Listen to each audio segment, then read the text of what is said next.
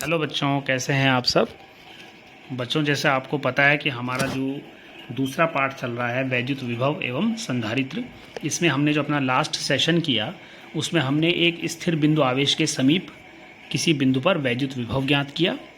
उसके अलावा हमने कई स्थिर बिंदु आवेशों के समीप भी एक बिंदु लिया उनके वैद्युत क्षेत्र में, और उस बिंदु पर भी हमने वैद्युत विभव ज्ञात किया। तो किस सिद्धांत से किया हमने ज्ञात? सही कहा, अध्यारोपण सिद्धांत से हमने उसको ज्ञात किया। और उस पर मैंने आपको कुछ प्रश्न भी दिए थे जो आपने करे होंगे। अब आज हम थोड़ा आगे बढ़ेंगे। आज हम दो बराबर और विपरीत आवेशों से बने हुए एक निकाय, क्या कहते हैं उसको? वैद्युत द्विध्रुव। वैद्युत द्विध्रुव के कारण उसके समीप के किसी बिंदु पर हम वैद्युत विभव निकालेंगे। इसके अलावा हम क्या करने वाले हैं, कोई एक समान वैद्युत क्षेत्र लेंगे और उस एक समान वैद्युत क्षेत्र में हम क्या करेंगे, विभव प्रवणता को परिभाषित करेंगे और उस विभव प्रवणता का संबंध हम उस वैद्युत क्षेत्र की तीव्रता के साथ स्थापित करेंगे। अंत में मैं आपको कुछ अभ्यास प्रश्न दूंगा जो आप खुद करेंगे।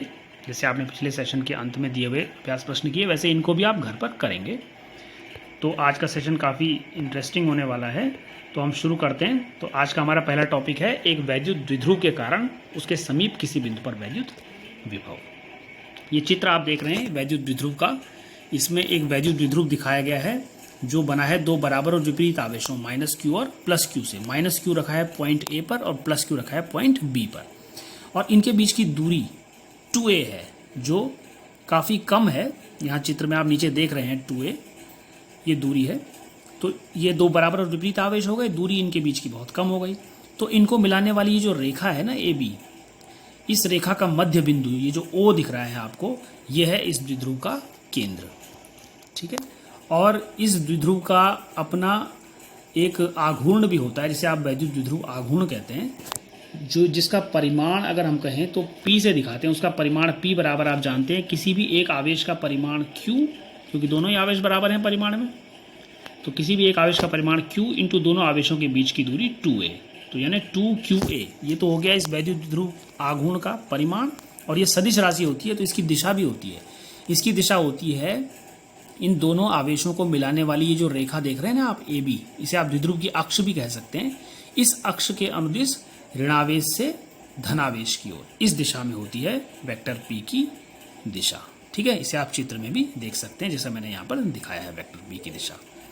तो यहाँ पर ये वैद्युत द्विध्रुव आपको दिया गया। अब यहाँ पर क्या करना है आपको, इस वैद्युत द्विध्रुव के कारण इसके समीप एक बिंदु P यहाँ पे दिख रहा है आपको, इस बिंदु P पर आपको वैद्युत विभव निकालना है। अब ये बिंदु P आपने चित्र में तो दिखा दिया, पर ये है कहाँ, इसकी स्थिति आप कैसे बताएंगे? क्योंकि जब आप स्थिति बताएंगे तभी तो आप उस बिंदु P पर वैद्युत विभव निकाल पाएंगे। अब इसकी स्थिति को हम क्या करेंगे, दो राशियों के पदों में परिभाषित करेंगे, r और थीटा के पदों में। ये r क्या है? r है इस बिंदु P की इस वैद्युत द्विध्रुव के केंद्र O से दूरी। माने जिस बिंदु पर आप वैद्युत विभव निकालना चाह रहे हैं, पहले आप उस बिंदु P को द्विध्रुव के केंद्र से मिलाएंगे O से, और उस दूरी को आप माप लेंगे, तो वो है r। दूसरा थीटा क्या है? थीटा उस बिंदु की स्थिति बता रहा है। वो कैसे पता करेंगे आप? O से P को मिलाने वाली जो रेखा आपने खींची है वो रेखा द्विध्रुव की अक्ष कहें या वेक्टर P कहें, यानी वैद्युत द्विध्रुव आघूर्ण। वैद्युत द्विध्रुव आघूर्ण वेक्टर P और OP के बीच का कोण है थीटा। तो आपने उस बिंदु P को इसके केंद्र से मिलाने वाली रेखा OP खींचनी है, और वेक्टर P के साथ वो OP रेखा जो कोण बना रही है थीटा, वो आपने माप लेना है। तो इस तरह से r और थीटा उस बिंदु P की स्थिति बता रहे हैं। तो ऐसा एक बिंदु P आपको दिया हुआ है और एक वैद्युत द्विध्रुव आपको दिया हुआ है। अब आपको आगे का काम करना है, आपको इस वैद्युत द्विध्रुव के कारण इस बिंदु P पर वैद्युत विभव ज्ञात करना है। तो करते क्या है हम, जब भी आप एक से अधिक आवेशों के कारण किसी बिंदु पर वैद्युत विभव निकालते हैं, जैसे यहाँ पर दो आवेश हैं बराबर और विपरीत, इनके कारण आप बिंदु P पर जब विभव निकालेंगे तो आपको अध्यारोपण सिद्धांत की सहायता लेनी पड़ेगी। ठीक है। अब यहाँ पर हम ये जो मैंने आपको बताया कोण थीटा, ये तो मैंने आपको समझा दिया। अब हम आगे बढ़ते हैं इसमें। ऐसा करने के लिए हम क्या करेंगे, ये चित्र आपको दिखाई दे रहा है। आपको अगर अध्यारोपण सिद्धांत का प्रयोग करना है तो उसके लिए पहले आपको -q के कारण बिंदु P पर विभव निकालना पड़ेगा और फिर +q के कारण भी बिंदु P पर विभव निकालना पड़ेगा। तो जैसे आप इस चित्र में देख रहे हैं कि -q के कारण बिंदु P पर विभव निकालना है, या किसी भी आवेश के कारण जब आप किसी बिंदु पर विभव निकालते हैं तो पहले आप उस आवेश की उस बिंदु से दूरी ज्ञात कर लेते हैं।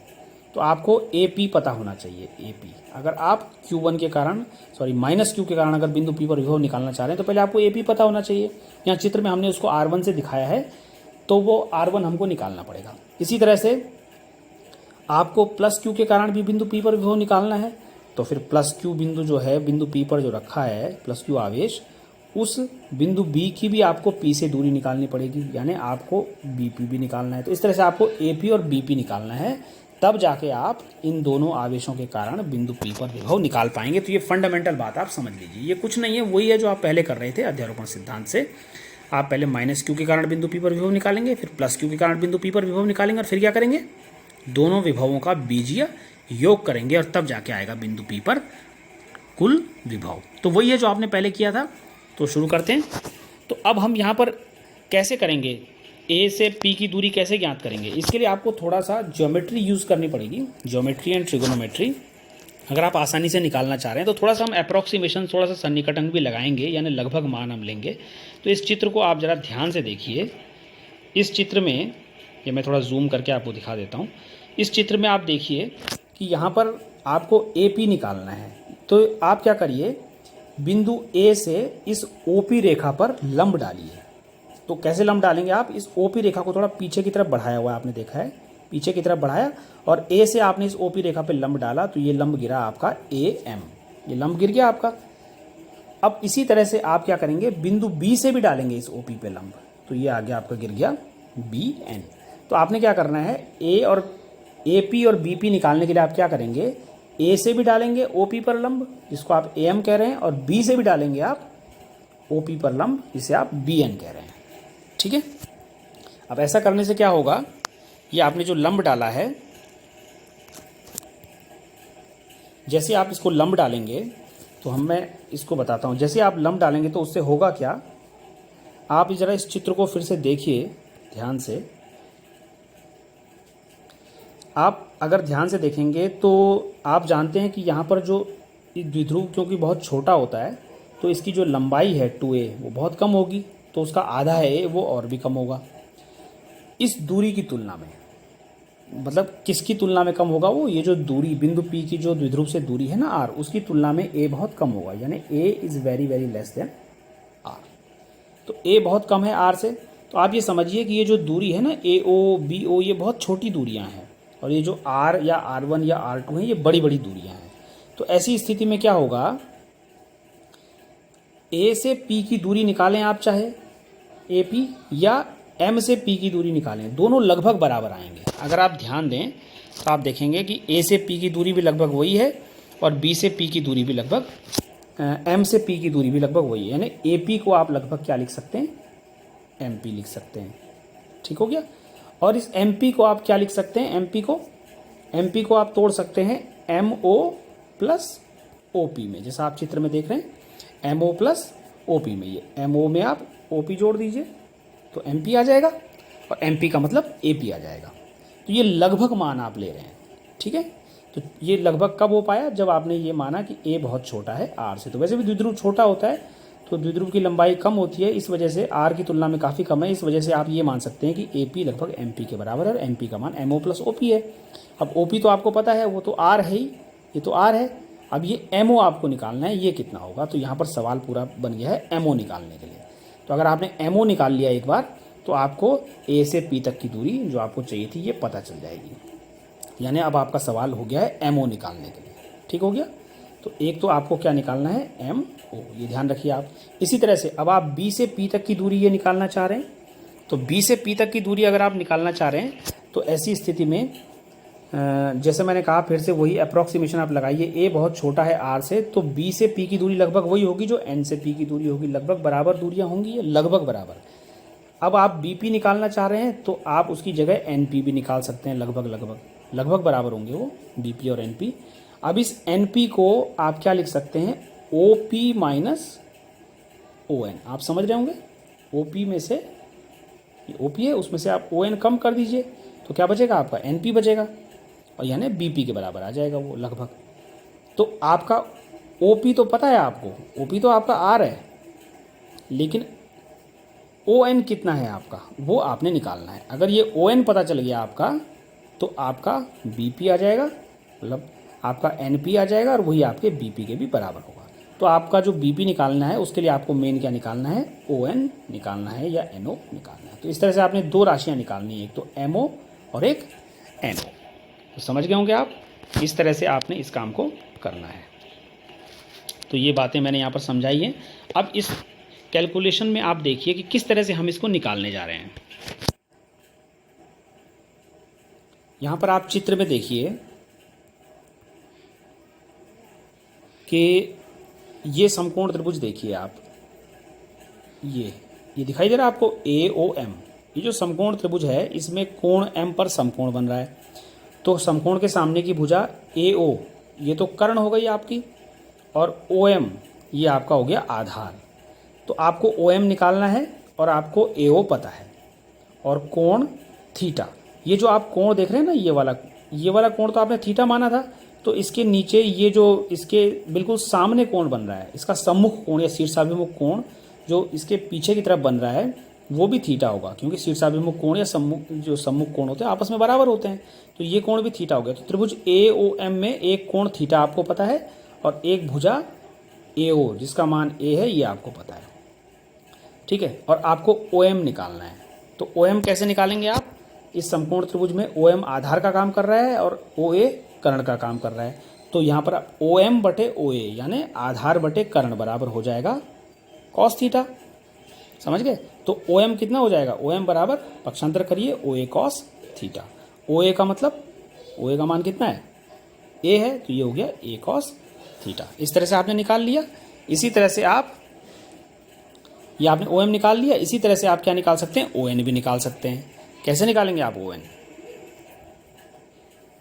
ये आप देखिए दूसरा त्रिभुज ONB, ये देख रहे हैं आप त्रिभुज ONB, इसमें भी आप देख रहे हैं कि N पर क्या बन रहा है, समकोण बन रहा है यहाँ पर। इसके अलावा यहाँ पर ये कोण थीटा आपको पता है और OB आपको पता है जिसका मान है A, और आपको निकालना है ON। तो ON बटे OB, ON यहाँ पर आधार का काम कर रहा है और OB यहाँ पर कर्ण का काम कर रहा है, वो समकोण के सामने है, ठीक है। तो आधार बटे कर्ण कितना हुआ, ये ON बटे OB यानी आधार बटे कर्ण बराबर हो जाएगा आपका कॉस थीटा। तो ON बराबर हो गया आपका OB कॉस थीटा, समझ गए। तो OB का मतलब कितना है, A है, तो ON बराबर हो गया A कॉस थीटा। तो इस तरह से ON और OM दोनों के मान आपको प्राप्त हो गए, ठीक है। तो यही आपका अटका हुआ था, जो मैंने आपको बताया था पूरा सवाल करने में, आपने OM और ON अगर निकाल लिए तो आप AP और BP भी निकाल पाएंगे। तो अब कैसे करेंगे हम इस काम को, ये फिर से आप चित्र देखिए। अब हम इसकी कैलकुलेशन करेंगे, बहुत सिंपल है, जो हमने अभी आपको बात बताई वही आपको करनी है। इसमें आप देखिए बहुत ही सिंपल कैलकुलेशन है जो हमने अभी पहले बताई थी। पहले चित्र में आप देख लीजिए, मैंने आपको बताया था जैसे कि आपको निकालना था AP। तो AP किसके बराबर आया था, MP के बराबर आया था। और MP किसके बराबर आया था, MP वो आया था MO प्लस OP, ठीक है ना। और MO कितना आया आपका, अभी MO आया आपका A कॉस थीटा और OP आपका R। तो इस तरह से आपका AP का मान कितना आ गया, R plus A cos theta या A cos theta plus R, समझ गए आप। तो इस तरह से ये आपका यहाँ पर ये दर्शाया गया है R plus A cos theta. इसी तरह से आप क्या कर सकते हैं, दूसरा भी निकाल सकते हैं। यहाँ पर आप देखिए आपको निकालना है BP, ठीक है। तो BP का मान कितना होगा, BP बराबर होगा लगभग NP के बराबर, लगभग बराबर का चिन्ह लगा सकते हैं आप। BP लगभग बराबर होगा NP के, और NP हमने क्या बोला था, NP बराबर OP माइनस ON। और OP कितना है R, और ON कितना आया आपका A कॉस थीटा। तो इस तरह से आपका BP कितना आ गया, R minus A cos theta. तो आपका AP आ गया R plus A cos theta और BP आ गया R minus A cos theta. ये दो मान आपने ज्ञात कर लिए जो यहाँ पर आपको चित्र में दिखाई दे रहे हैं, ठीक है। AP का मान और BP का मान समीकरण 5 और 6 में। अब आगे का काम बहुत आसान है। अब आपको क्या पता चल गया है, AP भी पता चल गया जिसको आप R1 कह रहे हैं, ये AP पता चल गया आपको और BP भी पता चल गया। अब आपने क्या करना है, अब आपने अपने मेन टारगेट पर आप फोकस करिए। अब आपने क्या करना है, अध्यारोपण सिद्धांत लगा के बिंदु पी पर कुल विभव निकालने के लिए पहले माइनस क्यू के कारण बिंदु पी पर विभव निकालिए और फिर प्लस क्यू के कारण निकालिए, फिर बीजीय योग करिए। तो माइनस क्यू के कारण बिंदु पी पर विभव कितना हो जाएगा, जो आपने एक स्थिर बिंदु आवेश के कारण उससे कुछ दूरी पर वैद्युत विभव का सूत्र पढ़ा था, उसी को तो लगाएंगे आप। तो उसके हिसाब से माइनस क्यू के कारण उससे एपी दूरी पर ये जो बिंदु पी है वहां पर विभव कितना हो जाएगा, V1 बराबर बताइए 1/4πε0 माइनस क्यू अपॉन एपी। विभव जो है वो चिन्ह सहित, उसमें आवेश का मान आपने चिन्ह सहित रखना है। तो ये आ गया आपका माइनस क्यू अपॉन एपी, और एपी का मान जो अभी आपने निकाला r+a cos थीटा रख दीजिए, तो आ गया V1 का मान 1/4πε0। ये माइनस आगे आ गया तो माइनस 1/4πε0 इंटू क्यू अपॉन ये एपी का मान है r+a cos थीटा। तो इस तरह से समीकरण 7 क्या बता रही है आपको, माइनस क्यू के कारण बिंदु पी पर विभव। तो इस तरह से माइनस क्यू के कारण आ गया विभव, आप किसके कारण निकालना है, प्लस क्यू के कारण। तो प्लस क्यू के कारण विभव भी ऐसे निकालना है। तो प्लस क्यू के कारण विभव कैसे निकालेंगे आप, वो भी वैसे हो जाएगा, प्लस क्यू के कारण विभव V2 बराबर, अगर हम उसको V2 से दिखाएं 1/4πε0 into Q upon plus Q की दूरी। प्लस क्यू की दूरी कितनी है उसमें, प्लस क्यू की दूरी जो है वो बिंदु P से है BP, जैसा आप चित्र में देख रहे हैं। तो ये आ जाएगा Q अपॉन BP। इसमें BP का मान रख दीजिए समीकरण 6 से, और ये हो जाएगा 1/4πε0 Q अपॉन BP का मान है r-a cos थीटा। तो इस तरह से समीकरण 8 बता रही है हमको प्लस क्यू आवेश के कारण बिंदु P पर विभव। अब दोनों आवेशों के कारण बिंदु P पर विभव आ गया, अब आगे केवल कैलकुलेशन है और कुछ नहीं है। तो बिंदु P पर कुल विभव कितना हो जाएगा, अध्यारोपण सिद्धांत से V बराबर V1 प्लस V2 कर लीजिए। तो इस तरह से ये आपका उत्तर आपको प्राप्त होगा। V बराबर ये V1 का मान रख दीजिए, V2 का मान रख दीजिए, इसमें कॉमन ले लीजिए आप। कॉमन क्या आएगा आपका, इसमें Q अपॉन 4πε0 ये तो कॉमन है, और ब्रैकेट के अंदर बचेगा माइनस, यहाँ पर क्या बचेगा पहले पद में माइनस 1/r+a cos थीटा, दूसरे में 1/r-a cos थीटा, ये बचा। अब इसका एलसीएम ले लीजिए, ये सिंपल कैलकुलेशन है, भिन्नों की जोड़, ये एलसीएम आ गया हर में, और अंश में ये आ गया आपका माइनस, और ब्रैकेट में r-a cos थीटा, और प्लस ब्रैकेट में r+a cos थीटा। अब अंश के ब्रैकेट खोल लीजिए और हर में इन दोनों पदों की गुणा कर लीजिए। तो इस तरह से आपको आगे की कैलकुलेशन करनी है बेटा। ये द्विध्रुव आ गया आपका, इस कैलकुलेशन को आप ध्यान से देखिए। वैसे ही जैसे आपने सिंपल भिन्नों की जोड़ करते हैं वैसे ही करना है, कुछ नया नहीं है। ऊपर अंश में आपके ब्रैकेट खुल गए, तो ये आ गया आपका -r+a cos थीटा और +r+a cos थीटा, और हर में दोनों की गुणा हो गई, r+a cos थीटा और r-a cos थीटा का गुणा r² - a² cos square theta. क्योंकि आप जानते हैं a + b × a - b बराबर a² - b² होता है ना, तो उसी सूत्र से r+a cos theta × r-a cos theta बराबर r² - a² cos square theta. तो ये हर में आ गया। अब अंश में देखो आप, -r और +r ये तो कैंसिल आउट हो जाएंगे, इनको जोड़ के 0 आ जाएगा, और बचेगा a cos थीटा और a cos थीटा दो बचेंगे अंश में, तो ये 2a cos थीटा आ गया अंश में, ठीक है। और बटे r² - a² cos square theta, और उसके सामने से गुणा हो गया Q अपॉन 4πε0 जो कॉमन आ रखा था। अब इसमें आप एक राशि बना सकते हैं, Q × 2a, जो ये अंश में आ रहे हैं ना Q और 2a, इनकी गुणा करके P लिख सकते हैं आप। 2QA को आप P लिख सकते हैं, जो कि इस वैद्युत द्विध्रुव का अपना आघूर्ण है P, ठीक है। तो ये P हो जाएगा, और साथ में cos थीटा आ रहा है अंश में, तो P cos थीटा अंश में आ गया, और हर में आ गया आपका r² - a² cos square theta, साथ में गुणा हो गई 1/4πε0। यहाँ पर हम निर्वात मान रहे हैं, तो इसलिए 1/4πε0 आ रहा है। अगर कोई अन्य माध्यम है तो और उसका परावैद्युतांक k है, तो यहाँ 1/4πε0 के साथ गुणा में कैपिटल K भी आएगा, जहाँ K उस माध्यम का परावैद्युतांक है, तो वो भी साथ में आ जाएगा, ये आप जानते हैं। अब ये तो आ गया आपका फाइनल सूत्र। इस तरह से आपका उत्तर आ गया है, किसी वैद्युत द्विध्रुव के कारण उसके समीप किसी बिंदु P पर वैद्युत विभव आपने ज्ञात कर लिया। इसमें P उस वैद्युत द्विध्रुव का अपना आघूर्ण है, ठीक है, और R और थीटा उस बिंदु की स्थितियां बता रहे हैं, ठीक। अब यहाँ पर हम थोड़ा सा अप्रोक्सीमेशन और लगाएंगे, क्योंकि वैद्युत द्विध्रुव छोटा है, तो छोटे वैद्युत द्विध्रुव के लिए क्या होता है, उसकी लंबाई बहुत कम होती है दूरी की तुलना में, तो a बहुत कम है r से, तो जब a कम है r से तो a² और भी कम हो जाएगा r² से। और cos स्क्वायर थीटा का मान आप जानते हैं, क्योंकि cos थीटा का मान आप जानते हैं -1 से +1 के बीच में होता है, तो cos स्क्वायर थीटा का जो मान होगा वो 1 से कम ही होगा, ज़्यादा से ज़्यादा 1 हो सकता है या 1 से कम होगा। तो देखो a² r² से कम है और cos स्क्वायर थीटा 1 से कम है, तो a² cos स्क्वायर थीटा का जो मान होगा वो आर स्क्वायर से कम होगा, क्योंकि ए स्क्वायर तो पहले ही आर स्क्वायर से कम है, बहुत कम है, और उसमें आपने कॉस स्क्वायर थीटा का भी गुणा कर दिया जो 1 से कम है। तो अगर आप किसी संख्या में 1 से छोटी संख्या का गुणा करोगे तो वो और भी छोटा हो जाएगा, यानी ए स्क्वायर कॉस स्क्वायर थीटा बहुत छोटा है आर स्क्वायर से, इतना छोटा है कि आप उसको उसके सामने नगण्य मान सकते हो, गणना में छोड़ सकते हो। मतलब अगर वो जुड़ या घट रहा है, अगर ए स्क्वायर कॉस स्क्वायर थीटा जो है वो आर स्क्वायर में जुड़ या घट रहा है तो उसको नगण्य मानते हुए आप छोड़ सकते हैं। जैसा समीकरण 9 में आ रहा है, हर में देखिए आप आर स्क्वायर में घट रहा है ए स्क्वायर कॉस स्क्वायर थीटा, तो इसको आप छोड़ दीजिए, तो ये हट जाएगा यहाँ से नगण्य मानते हुए। तो ये सूत्र आपका अप्रॉक्सीमेट सूत्र जो आ गया समीकरण 10 में, वो इस तरह से आपको प्राप्त होगा। v बराबर यहाँ पर समीकरण 9 से अगर आप उसमें ए स्क्वायर कॉस स्क्वायर थीटा छोड़ दें तो यहाँ पर आएगा 1/4 पाई एप्सिलॉन 0 वही है, और साथ में p cos theta upon R square. तो ये समीकरण 10 जो है, यही समीकरण 10 फाइनल समीकरण है जो आपको बता रही है किसी वैद्युत द्विध्रुव के कारण, एक छोटे वैद्युत द्विध्रुव के कारण उसके समीप किसी बिंदु भी पर वैद्युत विभव। तो ये आपका फाइनल उत्तर आ गया।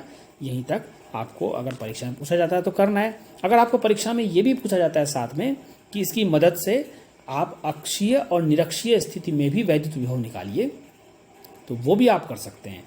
इसमें आपने अक्षीय और निरक्षीय स्थिति के लिए विशेष स्थितियां बनानी है। कैसे करेंगे आप जानते हैं, जैसे इस चित्र में देखेंगे आप, इस चित्र में देखिए आप, अगर बिंदु P अक्ष पर हुआ, अगर ये बिंदु P अक्ष पर हुआ यानी यहाँ हुआ अक्ष पर, तो ऐसी स्थिति में थीटा के मान में क्या परिवर्तन होगा? देखिए जैसे जैसे बिंदु P इस तरफ आएगा थीटा का मान कम होता जाएगा, देख रहे हैं आप, और जब बिंदु P अक्ष पर आ जाएगा तो थीटा का मान कितना होता जाएगा? थीटा का मतलब है ये जो OP रेखा है ये वेक्टर P के साथ जो कोण बनाएगी वो थीटा का मान अक्षीय स्थिति के बिंदुओं के लिए थीटा का मान कितना हो जाएगा? 0 डिग्री। सिंपल है। और अगर ये बिंदु P निरक्षीय स्थिति में पहुंच जाए, यहाँ पहुंच जाए, निरक्षीय स्थिति का मतलब है कि बिंदु P को O से मिलाने वाली जो रेखा है वो इसकी अक्ष पर लंब हो जाए, तो बिंदु P निरक्षीय स्थिति में कहलाएगा। तो अगर ये बिंदु P निरक्षीय स्थिति में है तो उस स्थिति में OP इसकी अक्ष के साथ या वेक्टर P के साथ कितना कोण बनाएगा? 90 डिग्री का। तो निरक्षीय स्थिति के लिए थीटा हो गया 90 डिग्री। तो सूत्र वही है, उस सूत्र में अक्षीय स्थिति के लिए आपने 0 डिग्री रखना है थीटा का मान, और निरक्षीय स्थिति के लिए 90 डिग्री आपने मान रखना है। तो वही हमने यहाँ पर कैलकुलेशन में किया है। बाकी बहुत सिंपल कैलकुलेशन है। इसमें आप देखिए अक्षीय स्थिति के लिए थीटा का मान आपने 0 डिग्री रखा, सूत्र आपके पास था ही, उसमें आपने थीटा की जगह 0 डिग्री रखा, तो ये cos 0 डिग्री का मान 1 हो जाएगा, तो ये आ जाएगा P upon R square bracket में, और बाहर से 1/4 पाई एप्सिलॉन 0 है, तो सूत्र आ गया V बराबर 1/4 pi epsilon 0 P upon R square. तो ये हो गया अक्षीय स्थिति में विभव का सूत्र। एक वैद्युत द्विध्रुव जिसका अपना आघूर्ण P है और उसकी अक्ष पर उसके केंद्र से r दूरी पर कोई बिंदु है, उसके केंद्र से r दूरी पर है। आप द्विध्रुव से भी बोल सकते हैं r दूरी पर, क्योंकि द्विध्रुव से जो दूरी होती है वो उसके केंद्र से ही मापी जाती है। तो आप चाहे द्विध्रुव से r दूरी पर कहें या उसके केंद्र से r दूरी पर कहें, वो बिंदु है, लेकिन कहाँ है? वो अक्ष पर है अगर, तो उस बिंदु पर वैद्युत विभव हो जाएगा V बराबर 1/4 pi epsilon 0 P upon R square. और अगर वो निरक्षीय स्थिति में है बिंदु P, तो उस स्थिति में उस पर विभव V बराबर कितना हो जाएगा?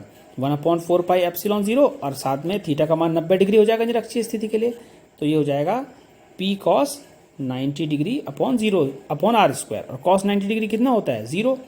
ये हो गया P into 0 upon R square, और P इंटू 0 यानी 0, और 0 में आप किसी का भी भाग दो तो उत्तर आ जाएगा 0।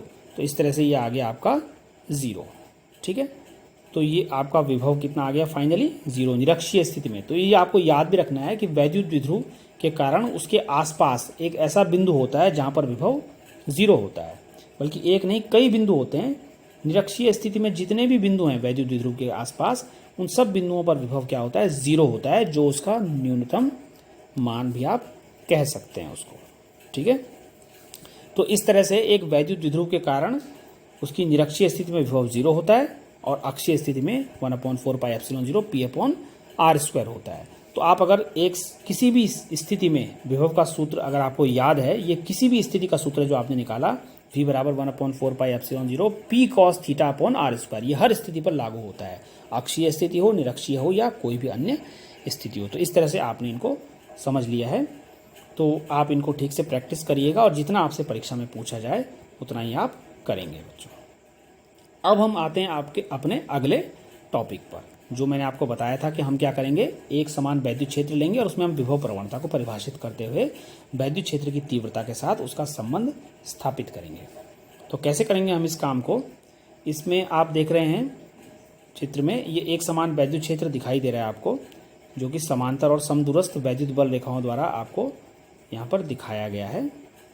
एक समान वैद्युत क्षेत्र, इसको हम दिखा रहे हैं वेक्टर ई से, इसकी तीव्रता वेक्टर ई है। ये एक समान है, इसका मतलब इस वैद्युत क्षेत्र में हर बिंदु पर इसकी तीव्रता वेक्टर ई है, परिमाण भी और दिशा भी एक जैसी है इसकी। कहीं पर भी आप चले जाएं, चाहे यहाँ पर हो आप, तब भी यहाँ पर भी यहाँ पर भी वैद्युत क्षेत्र की तीव्रता वेक्टर ई है और यहाँ पर भी वेक्टर ई है। परिमाण हर जगह ई है और दिशा वही है जो आपको दिख रहा है बाएं से दाएं, यानी पूरा इस क्षेत्र में वैद्युत क्षेत्र एक समान है। ऐसे एक समान वैद्युत क्षेत्र में आपने विभव प्रवणता को परिभाषित करना है। तो कैसे करेंगे, उसके लिए हम क्या करेंगे, विभव प्रवणता को परिभाषित करने के लिए इस वैद्युत क्षेत्र में हमने दो बिंदु लिए हैं, बिंदु ए और बिंदु बी। ये आपको दिखाई दे रहे हैं, बिंदु ए और बिंदु बी, और इनके बीच की दूरी मान लीजिए है डेल्टा आर। ठीक है, अब ये वैद्युत क्षेत्र में ये दो बिंदु हैं, तो इन बिंदुओं पर कुछ ना कुछ विभव होगा। तो इन बिंदुओं के बीच का जो विभवांतर होगा वो मान लीजिए है डेल्टा वी। इन बिंदुओं के बीच का विभवांतर है डेल्टा वी और इनके बीच की दूरी है डेल्टा आर। तो विभवांतर में अगर आप दूरी का भाग दे देंगे, दो बिंदुओं के बीच के विभवांतर में उन बिंदुओं के बीच की दूरी का भाग दे देंगे आप, तो आएगी उस वैद्युत क्षेत्र की विभव प्रवणता आ जाएगी। ठीक है, तो यहाँ पर विभव प्रवणता को हम इस तरह से परिभाषित करेंगे कि जैसे जैसे दूरी बढ़ रही है, जैसे यहाँ पर दो बिंदु है ना ए और बी, तो जैसे जैसे आप ए से बी की ओर जा रहे हैं तो दूरी बदलने के साथ साथ विभव किस दर से बदल रहा है। जैसे जैसे आप दूर जा रहे हैं ए से, तो किस दर से विभव बदल रहा है, वही विभव प्रवणता के रूप में परिभाषित किया जाता है। Delta we upon delta R से हम इसको दिखाते हैं, या ऐसा भी कह सकते हैं कि एकांक दूरी पर स्थित दो बिंदुओं के बीच का विभवांतर विभव प्रवणता कहलाता है। तो इस तरह से भी हम विभव प्रवणता को परिभाषित कर सकते हैं। अब इस विभव प्रवणता का संबंध हमने स्थापित करना है वैद्युत क्षेत्र की तीव्रता के साथ। ठीक है, तो कैसे करेंगे हम इस काम को, अब यहाँ पर विभव प्रवणता का संबंध है विभवांतर से। ठीक है, तो और विभवांतर का संबंध तब हम वैद्युत क्षेत्र से स्थापित करेंगे। तो हम शुरुआत करेंगे यहाँ पर विभवांतर से और विभवांतर से पहुँचेंगे हम विभव प्रवणता पे। ये हमारा तरीका होगा काम करने का। अब विभवांतर की जो परिभाषा आपने पढ़ी, किसी वैद्युत क्षेत्र में दो बिंदुओं के बीच का विभवांतर कैसे ज्ञात करते हैं, उसके लिए आप जानते हैं कि दो बिंदुओं के बीच का विभवांतर ज्ञात करने के लिए आप एक सूक्ष्म परीक्षण धनावेश लेते हैं। तो यहाँ पर भी हम क्या करेंगे, एक सूक्ष्म परीक्षण धनावेश ले लिया आपने, Q बिंदु A पर रखा हुआ है, और इस सूक्ष्म परीक्षण धनावेश को आप गति करवाएंगे एक बिंदु A से दूसरे बिंदु B तक, और इस दौरान किए गए कार्य की गणना करेंगे। ये आपने परिभाषा में सीखा, और उस कार्य में आप उस सूक्ष्म परीक्षण धनावेश का भाग दे देंगे। तो इस तरह से आपको इन दो बिंदुओं के बीच का विभवांतर प्राप्त हो जाएगा, जिसे आप कह रहे हैं डेल्टा वी से आप दिखा रहे हैं। तो यही हमने करना है बच्चों यहाँ पर। ठीक है, तो जैसे ही आप यहाँ पर एक सूक्ष्म परीक्षण धनावेश Q रखेंगे ना बिंदु A पर, चूंकि ये वैद्युत क्षेत्र में रखा है तो तुरंत इस पर वैद्युत क्षेत्र बल लगाएगा। अब ये धनावेश है तो वैद्युत क्षेत्र किधर बल लगाता है, धनावेश पर, वैद्युत क्षेत्र की दिशा में ही लगता है।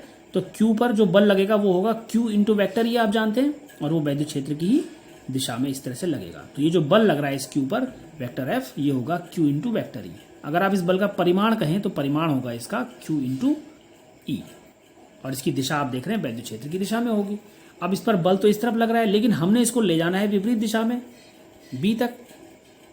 ठीक है, अब आप ये बताइए कि जब हम इसको ले जा रहे होंगे तो उस दौरान, चूंकि ये वैद्युत क्षेत्र तो एक समान है, जितना वैद्युत क्षेत्र बिंदु A पर है उतना ही आगे के बिंदुओं पर ही भी है, और उतना ही बिंदु B पर भी है। तो A से B तक की गति के दौरान वैद्युत क्षेत्र एक जैसा होगा, तो उस आवेश पर जो बल लग रहा होगा वो भी एक जैसा होगा। यानी जब आवेश को आप A से B तक ले जा रहे होंगे तो उस दौरान एक ही बल, एक समान बल QE लग रहा होगा उस आवेश पर जो वैद्युत क्षेत्र की दिशा में लग रहा होगा। तो एक समान बल QE के विरुद्ध हम उस आवेश को A से B तक ले जा रहे हैं। ठीक है, तो A से B तक ले जा रहे हैं, तो हमारा जो विस्थापन है वो है वेक्टर AB। ठीक है, और इस वेक्टर AB को हम लिख लेते हैं वेक्टर डेल्टा R, जिसका परिमाण हमने डेल्टा R कह रखा है, विस्थापन का परिमाण डेल्टा R है, तो उस विस्थापन को हमने वेक्टर डेल्टा R कह दिया। विस्थापन है हमारा प्रारंभिक स्थिति ए से अंतिम स्थिति बी तक। ठीक है, तो ये हमने उस परीक्षण धनावेश क्यू को ए से बी तक ले गए, तो विस्थापन हो गया वेक्टर डेल्टा आर, जिसको हम वेक्टर ए भी कह रहे हैं।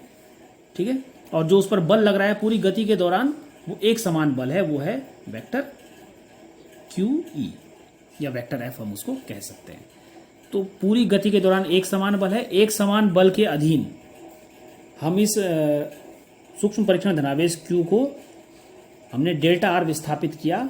तो इस दौरान किए गए कार्य की गणना कैसे करते हैं आपने 11वीं में पढ़ा और हमने पिछले टॉपिक्स में भी पढ़ा था कि एक समान बल जब कहीं पे लगता है तो एक समान बल द्वारा किसी कण को विस्थापित करने में किया गया कार्य का जो सूत्र होता है वो होता है बल डॉट विस्थापन। तो यहाँ पर हम वही करेंगे, बल डॉट विस्थापन करेंगे। Vector F dot vector delta are, vector F dot vector delta are, और वेक्टर एफ की जो दिशा है और वेक्टर डेल्टा आर की जो दिशा है वो विपरीत है, तो इनके बीच का कोण 180 अंश है।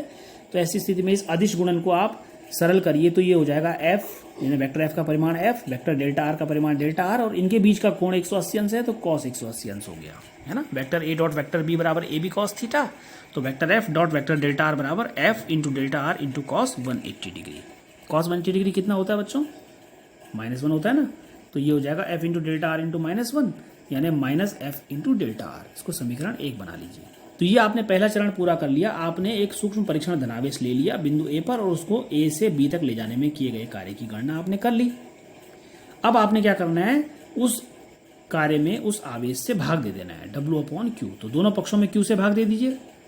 तो यहाँ बाईं तरफ और W/Q आ गया और दाईं ओर Q से Q कैंसिल हो जाएगा और बचेगा -E इंटू डेल्टा आर। तो इस तरह से ये समीकरण 2 आपको प्राप्त हुई, जो ये बता रही है कि किसी सूक्ष्म परीक्षण धनावेश को इस एक समान वैद्युत क्षेत्र में एक बिंदु से दूसरे बिंदु तक ले जाने में किए गए कार्य और इस आवेश का अनुपात कितना है। और ये कार्य और आवेश के अनुपात को क्या कहते हैं आप? इसको हम क्या कहते हैं? उन बिंदुओं के बीच का विभवांतर कहते हैं ना। तो ये W/Q जो हो जाएगा इन बिंदुओं के बीच का विभवांतर हो जाएगा, जिसे हम कह रहे हैं डेल्टा V। तो इस तरह से समीकरण 2 में आप बाएं पक्ष में W/Q की जगह क्या लिख सकते हैं? डेल्टा V लिख सकते हैं। तो डेल्टा V आ गया और दाईं ओर -E इंटू डेल्टा आर है। ये देख पा रहे हैं आप इसको? ठीक है, तो अब आप इसको थोड़ा सा सरल कर लीजिए। इसमें आप क्या करिए, दोनों ओर डेल्टा आर से भाग दे दीजिए। तो delta V upon delta R, ये विभव प्रवणता बना दिया आपने बाएं पक्ष में, और दाएं पक्ष में डेल्टा आर से भाग होगा तो डेल्टा आर से डेल्टा आर कैंसिल हो जाएगा, बचेगा -E। तो इस तरह से delta V upon delta R जो विभव प्रवणता है इस वैद्युत क्षेत्र की, वो आ गई -E के बराबर, या पक्षांतर कर लीजिए, E बराबर हो गया -delta E V upon delta R. ठीक है, तो इस तरह से आपको ये पता लग गया कि ये जो किसी भी एक समान वैद्युत क्षेत्र के लिए सूत्र आया है। किसी एक समान वैद्युत क्षेत्र की जो तीव्रता होती है वो विभव प्रवणता के ऋणात्मक मान के बराबर होती है, या ऋणात्मक विभव प्रवणता के बराबर होती है। सूत्र 3 ये बता रहा है। एक बात मैं और आपको बताऊं, ये जो विभव प्रवणता है बेटा और ये जो वैद्युत क्षेत्र है, दोनों ही सदिश राशियां हैं, लेकिन आप देख रहे हैं इस सूत्र में बीच में माइनस आ रहा है, जो ये बता रहा है कि विभव प्रवणता की जो दिशा होती है वो वैद्युत क्षेत्र की विपरीत दिशा होती है। ठीक है, तो ये भी आपको याद रखना है। तो इस तरह से यहाँ पर जो फाइनल हमारा निष्कर्ष निकला इसका वो ये आया कि किसी वैद्युत क्षेत्र में किसी बिंदु पर जो वैद्युत क्षेत्र की तीव्रता होती है वो उस बिंदु पर ऋणात्मक विभव प्रवणता के बराबर होती है। ये आपको याद रखना है। ठीक है, तो आज के ये दोनों टॉपिक पूरे हुए, आप इनको ठीक से रिवाइज करिए, अभ्यास करिए। ठीक है, अंत में मैं आपको कुछ सवाल भी दे रहा हूँ अभ्यास करने के लिए, जो आपको खुद करने हैं। ठीक है, पहला सवाल है, आपको अध्यारोपण सिद्धांत तो अच्छे से आता है, अध्यारोपण सिद्धांत पर आपने कुछ प्रश्न किए थे। अब आपको अध्यारोपण सिद्धांत पर 2 और सवाल करने हैं जो डेरिवेशन के रूप में भी परीक्षा में पूछे जाते हैं। बिल्कुल अध्यारोपण सिद्धांत से ही करने हैं आपको। एक तो है आपका वैद्युत द्विध्रुव के कारण उसकी अक्ष के किसी बिंदु पर वैद्युत विभव निकालना है, और सूत्र का मिलान करना आप जो हमने अभी निकाला था स्थिति 1 में वैद्युत विभव का सूत्र अक्षीय स्थिति में, बिल्कुल वही सूत्र आपका आएगा। ऐसे ही आपने वैद्युत द्विध्रुव के कारण उसकी निरक्षीय स्थिति में भी वैद्युत विभव निकालना है और देखना है कि वो 0 आएगा। 0 आता है ना, अभी हमने देखा था स्थिति 2 में, तो वो 0, ये आपने यहाँ पर अध्यारोपण सिद्धांत से निकालना है। तो अध्यारोपण सिद्धांत वही है, पहले आपने वैद्युत द्विध्रुव के कारण उसके पहले एक आवेश के कारण बिंदु P पर विभव निकालेंगे। बिंदु P वो बिंदु है जहाँ पर आप विभव निकालने चाह रहे हैं। एक बार बिंदु P अक्ष पर लेंगे, एक बार -Q के कारण उस बिंदु पर विभव निकालेंगे, +Q के कारण निकालेंगे और उनको बीजीय योग कर देंगे।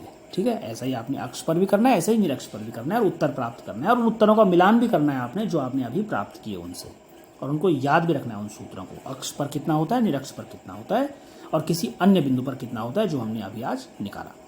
इसके अलावा एक छोटा सा सवाल मैं और आपको दे रहा हूँ जिसमें NaCl का जो अणु होता है जो अपने आप में एक वैद्युत द्विध्रुव है, उसके दो आयन है, एक सोडियम का धनायन है और एक क्लोराइड का ऋणायन है। इनके बीच की दूरी 1 एंगस्ट्रॉम है, तो एक वैद्युत द्विध्रुव बन रहा है और उसके दोनों आवेशों के बीच की दूरी भी आपको दे रखी है। तो यहाँ पर दोनों इसको आपको इस अणु का द्विध्रुव आघूर्ण निकालना है। तो द्विध्रुव आघूर्ण P निकालने के लिए आपको दो चीज़ चाहिए होंगी, Q इंटू 2a, तो उनके बीच की दूरी 2a तो आपको दे ही रखी है 1 एंगस्ट्रॉम Q। अब आपने ये सोचना है कि इन आयनों पर देखो बराबर और विपरीत आवेश है, पर कितना आवेश है ये आपके लिए प्रश्न है, ये आप ढूंढिए कितना आवेश है इन पर, इन आयनों पर, वो Q हो जाएगा और Q इंटू 2a करके आप P निकाल लिए, ठीक है। इसके अलावा आपने और क्या करना है, आपने ये भी क्या ज्ञात करना है कि इस वैद्युत द्विध्रुव है ना, इस सोडियम क्लोराइड का अणु, इस वैद्युत द्विध्रुव के कारण इसके केंद्र से 4 एंगस्ट्रॉम की दूरी पर, यानी R का मान हो गया यहाँ पे 4 एंगस्ट्रॉम, तो 4 एंगस्ट्रॉम की दूरी पर आपने वो बिंदु ढूंढना है जहाँ पर वैद्युत विभव अधिकतम होता है और वो बिंदु भी ढूंढना है जहाँ पर वैद्युत विभव न्यूनतम होता है। तो अभी आपने जो पढ़ा है उसी से आप समझने की कोशिश करिए कि किस बिंदु पर वैद्युत विभव अधिकतम होता है और किस बिंदु पर न्यूनतम होता है, वो बिंदु, उन्हीं बिंदुओं पर आपको विभव निकालना है। तो ये आपके लिए अभ्यास प्रश्न है, इसको करिए और फिर हम अगले सेशन में मिलेंगे। Thank you very much.